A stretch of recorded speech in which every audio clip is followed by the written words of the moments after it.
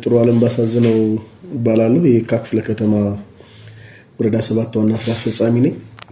በ2018 በጀት ዓመት የተሰሩ ዋና የመንግስት ስራዎችን በተወሰነ መልኩ አነሳለሁ። 2018 በጀት ዓመት እንግዲህ ወረዳ 7 ላይ ስራ ስንጀምር አጠቃላይ ከመንግስት ሰራተኛው ከአመራሩና ከነዋሪዎቻችን ጋር የጋራ ተግባቦት ፈጥረን በተለይ በበጀት ዓመቱ መሰራት ያለባቸው ስራዎች ለየህዝባችንን ጥያቄ የሚመልሱ የአገልግሎት አሰጣጡ ላይ መሰረታዊ ለውጥ የሚያመጡ የመልካም አስተዳደር ችግሮችን የሚፈቱ መሆን መቻል እንዳለባቸው ተነጋግረን ተግባብተን ነው ወደ ስራ የገባነው። ከዚህ አኳያ በተለይ ውጤት ለማምጣት በሚባል ከአጠቃላይ ከወረዳ አመራሩ ጋርና ከነዋሪዎች ከመንግስት ሰራተኛው ጋር የጋራ ተግባቦት የጋራ ስምምነት የፈጠርንበት የራሳችን የሆነ ሞቶ አለን። በተለይ ስምምነት የፈጠርነው ሲግናል ዲክላሬሽን በሚል በሲግናል ዲክላሬሽን ስር ሆኖ ግን መሰራት ያለባቸው የኢኒሼቲቭ ስራዎችን ለይተን ነው ወደ ስራ የገባነው።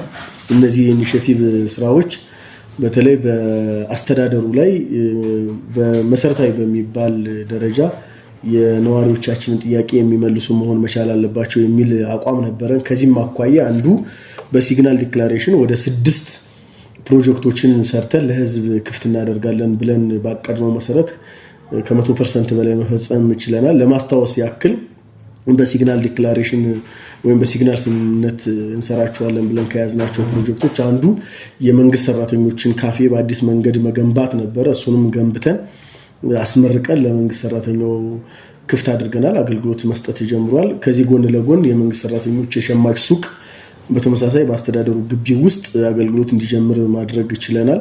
ከዛ ባሻገር የካቢኔ አዳራሽ ወረዳ አስተዳደሩ አልነበረውም። ካቢኔ አዳራሽን ያለውን ቢሮ በአዲስ መልክ በማዘመን አስፈላጊውና ምቹ የሆኑ ወንበሮችን አጠቃላይ አክሰሰሪዎችን አሟልተን ምቹ የሆነ የካቢኔ አዳራሽ ሰርተን ለአገልግሎት አብቅተናል። ከዛ ባሻገር ቢሮዎችን አድሰናል።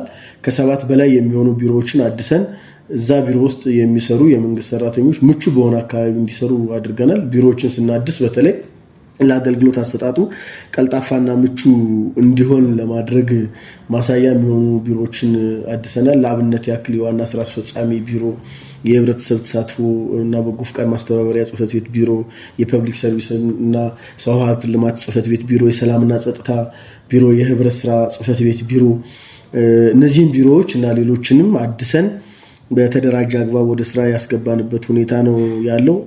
በተጨማሪም ቢሮዎችን ስናድስ አንዱ ይዘነው የነበረው ሞቶ በተለይ የመንግስት ሰራተኞችን ተመሳሳይ ዩኒፎርም በማልበስ ለአገልግሎት አሰጣጡ የተሻለ እንዲሆን ለማድረግ አንዳንድ ቢሮዎች ላይ ሮብና አርብ ላይ በልዩ ሁኔታ ዩኒፎርም እንዲለብሱ ያደረግንበት ሁኔታ ነው ያለው። አብነት የምንወስዳቸው ለዚህ እንደ ህብረት ስራ ጽህፈት ቤት፣ እንደ ፋይናንስ ጽህፈት ቤት፣ እንደ ስራና ክህሎት ጽህፈት ቤት እንዲሁም ንግድ ጽህፈት ቤት እና የመሳሰሉት ይሄንን አጠቃላይ ኢኒሼቲቭ ተቀላቅለው ወደ ስራ ገብተዋል። ሌሎች ተቋማትን በሚቀጥለው በጀት ዓመት በትኩረት ይዘን የምንሰራ ነው የሚሆነው። ከዛ ውጭ አንዱ በአስተዳደሩ ላይ የነበረው አንገብጋቢ ችግር የንብረት አስተዳደር ቢሮ ነው። ንብረት ክፍል በተለይ የለውም ነበር ቢሮ አስተዳደሩ። የመንግስት ሰራተኞች የበጀት ዓመቱ ግብአትና ቁሳቁስ ሲመጣ በተበላሸ ሁኔታ ነበር ስቶር የሚደረገው። ለሱም በአዲስ መልኩ ንብረት ክፍል ሰርተን አጠናቀን ለአገልግሎት ክፍት አድርገናል። ጎን ለጎን የንብረት ክፍል ላይ የሚሰሩ ሰራተኞች የራሳቸው የሆነ ቢሮ ገንብተን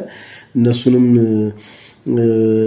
ተጠቃሚ እንዲሆኑ ማድረግ ችለናል። ከዛ ባሻገር የባለ ጉዳይ ማረፊያ ቦታም እንደዚሁ ሰርተን አጠናቀን ክፍት አድርገናል። የመንግስት ሰራተኞች የዴይኬር አገልግሎት የማስፋፊያ ግንባታ ጠባብ ስለነበረ በዘመናዊ መንገድ ተጨማሪ ገንብተን ክፍት አድርገናል። አስተዳደሩ ላይ አጥሩ የተበላሸ ነበረ። እሱን በይደን አስተካክለን ውበት ያለው ግቢ ማድረግ ችለናል። አሁንም ቀሪ ስራዎች አሉብን በቀጣይ በጀት ዓመት የምንሰራቸው። ከዛ ባሻገር አስተዳደሩ ላይ አጠቃላይ ምቹ እንዲሆን ውብ እንዲሆን በንጽህና የመያዝ የመከታተል የመቆጣጠር ስራ እየሰራን ነው ያለነው። ቅድም በዝርዝር ያነሳዋቸው በአስተዳደር ግቢ ውስጥ የተሰሩ በሲግናል ዲክላሬሽን በኢኒሼቲቭ የተያዙ ፕሮጀክቶች ነበሩ። በበጀት ዓመቱ ሰርተን እናጠናቅቃለን ባልነው መሰረት አጠናቀን ለስራ ክፍት አድርገናል። ከዛ ባሻገር ወጣ ብለን ከ27ቱ ብሎኮች ሞዴል ማድረግ አለብን ብለን በልዩ ሁኔታ 27ቱ ብሎኮች ላይ ተንቀሳቅሰናል። በተጨባጭ 12 ብሎኮች የሞዴልነት መስፈርትን አሟልተው ጨርሰን ኤግዚት አድርገናል። ሌሎች ብሎኮች ላይ በቀጣይ በጀት ዓመት አጠናክረን የምንቀጥል ነው የሚሆነው።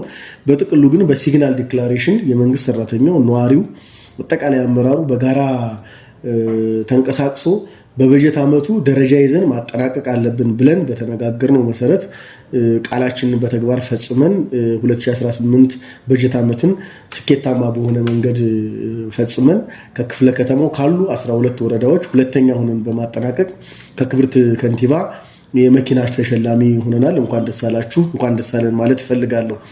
ይህንን አጠቃላይ አፈጻጸማችንን ያው በተወሰነ መንገድ ለማንሳት ሞከርኩ እንጂ በርካታ በሚባሉ ደረጃ ስራዎችን ሰርተን ውጤት ያስመዘገብንበት ሁኔታ ነው ያለው። ይሄንን አጠናክረን መቀጠል መቻል እንዳለብን አምናለሁ። 2019 በጀት ዓመት ደግሞ ዛሬ ላይ ማንሳት የምፈልጋቸው አንዳንድ ጉዳዮች አሉ። በ2019 በጀት ዓመት በተለይ የሲግናል ዲክላሬሽን ወይም የሲግናል ስምምነትን በልዩ ሁኔታ ፈጽመን አጠናቀን በጀት ዓመቱን በስኬት ደምድመናል። ዛሬ ደግሞ በጋራ ቃል ኪዳን ገብተን የምንሰራቸው አንድ 4 ስራዎች አሉ ማለት ነው። 2019 በጀት ዓመት የስምምነታችን ሞቶ የሚሆነው የሲድማ ስምምነት ነው የሚሆነው። የሲድማ ስምምነትን ዛሬ ላውንች አደርጋለሁ። ሲድማ ማለት የሲግናል ድልን ማስቀጠል ማለት ነው። የሲግናል ድልን ማስቀጠል የሚል የሲግናል ድልን ማስቀጠል ስምምነት ወይም ሲድማ ዲክላሬሽን የሚል ሞቶ 2019 ላይ ይኖረናል። ስለዚህ ይህንን የሲግናል ድልን ማስቀጠል የሁሉም አመራር፣ የሁሉም የመንግስት ሰራተኞች፣ የሁሉም ነዋሪዎች ሞቶ መሆን መቻል አለበት። ስለዚህ 2019 በጀት ዓመትም ተሸላሚ ወረዳ ሆነን መቀጠል ስላለብን፣ ድላችንን ማስቀጠል ስላለብን ዛሬ የጋራ ስምምነት መግባት አለብን የሚል ሐሳብ አለኝ። እሱን መነሻ አድርጌ በሲድማ ስምምነት የምንሰራቸው ዋና ዋና ጉዳዮችን ለአብነት ማንሳት እፈልጋለሁ። አንደኛው የፓርቲ ቢሮ ግንባታ ነው። በተለይ የዲሞክራሲ ስርዓት ማስተባበሪያ ቢሮ ግንባታ አጠናቀን ለአገልግሎት ክፍት አድርገን ከኪራይ ነፃ አድርገን አገልግሎት በ2019 መስጠት መቻል አለብን። ይሄ የሁላችንን ርብርብ ስለሚያስፈልግ ከወዲሁ ታስቦበት መሰራት አለበት። ሌላኛው የወረዳ አስተዳደር ግቢ ውስጥ ያሉ የቢሮ ማስፋፊያ ግንባታዎች መገንባት አለብን። ወረዳ አስተዳደር ውስጥ በተለያየ መንገድ በቆርቆሮ ቤቶች ያሉ የተለያዩ ቢሮዎች አሉ። እነዚህም ቢሮዎች ዘመናዊ በሆነ መንገድ ግንባታ በማድረግ አንዳንድ ቢሮዎች ላይ ፎይታ መፍጠር አለብን። በኪራይ ያሉ ቢሮዎች በ2019 ወጥተው እዚህ መግባት መቻል ስላለባቸው የወረዳ አስተዳደሩ የማስፋፊያ ቢሮ ግንባታ ያስፈልጋል። ሌላው ሶስተኛው ያልዘመኑ ቢሮዎችን ማዘመን አለብን። እንግዲህ ባለፈው በጀት ዓመት ወይም በሲግናል ዲክላሬሽን 2018 ከ7 በላይ ቢሮዎች ያዘምነናል ብያለሁ። ስለዚህ አሁንም ያልዘመኑ ቢሮዎች ስላሉ በሲድማ ስምምነት ደግሞ የተለያዩ ቢሮዎችን አዘምነን ለአገልግሎት ክፍት ማድረግ መቻል አለብን። ዩኒፎርም ያላለበሱ ሴክተሮች አሉ። እነሱን 100% የመንግስት አገልግሎት የሚሰጡ ተቋማትን ዩኒፎርም የማልበስ ስራ በሲድማ ስምምነት የምንሰራው ስራ መሆኑን ለማንሳት እወዳለሁ። ከዛ ባሻገር የአስተዳደር ግቢው ሙሉ በሙሉ በካሜራ ቁጥጥር ስር የሚውል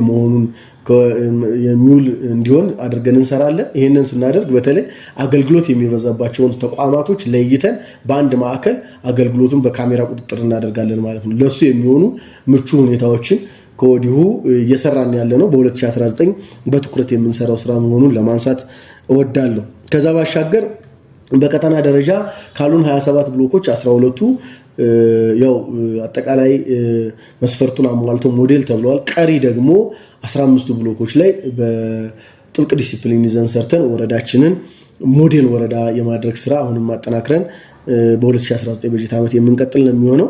ሌላኛው በ2019 በጀት ዓመት በልዩ ሁኔታ ይዘን የምንሰራው የህዝብ የመልካም አስተዳደር ጥያቄዎችን በመለየት ታች ድረስ ወርደን የመስራት የአገልግሎት አሰጣጡ ላይ መሰረታዊ የሆነ ለውጥ ላይ ማምጣት ስራ እንሰራለን። እነዚህ በኢኒሼቲቭ የምንሰራቸው ስራዎች መሆናቸውን ለማንሳት ፈልጌ ነው። ከዛ ውጭ ምናልባት የመንግስትና ሌሎች የፓርቲ ስራዎችን አቀናይተን አጠናክረን በመስራት በ2018 በሲግናል ዲክላሬሽን ያመጣነውን ስኬት በሲድማ ስምምነት አጠናክረን አስቀጥለን ወረዳ 7 ሞዴል ወረዳ የአገልግሎት አሰጣጡ ላይ የተሻለ ወረዳ ያለበት የመንግስት ሰራተኛው ላይ የተሻለ የመንግስት ሰራተኛ ያለበት ወረዳ የምናደርገው መሆኑን ከወዲሁ ላረጋግጥ እፈልጋለሁ። 2019ም በተመሳሳይ የስኬት የውጤት ዘመን እንዲሆንልን ከወዲሁ ምኞቴ ነው። ሁላችንም በጋራ ሰርተን ውጤት ለማምጣት በቂ ዝግጅት እንድናደርግ አሳስባለሁ። እጅግ አድርጌ አመሰግናለሁ።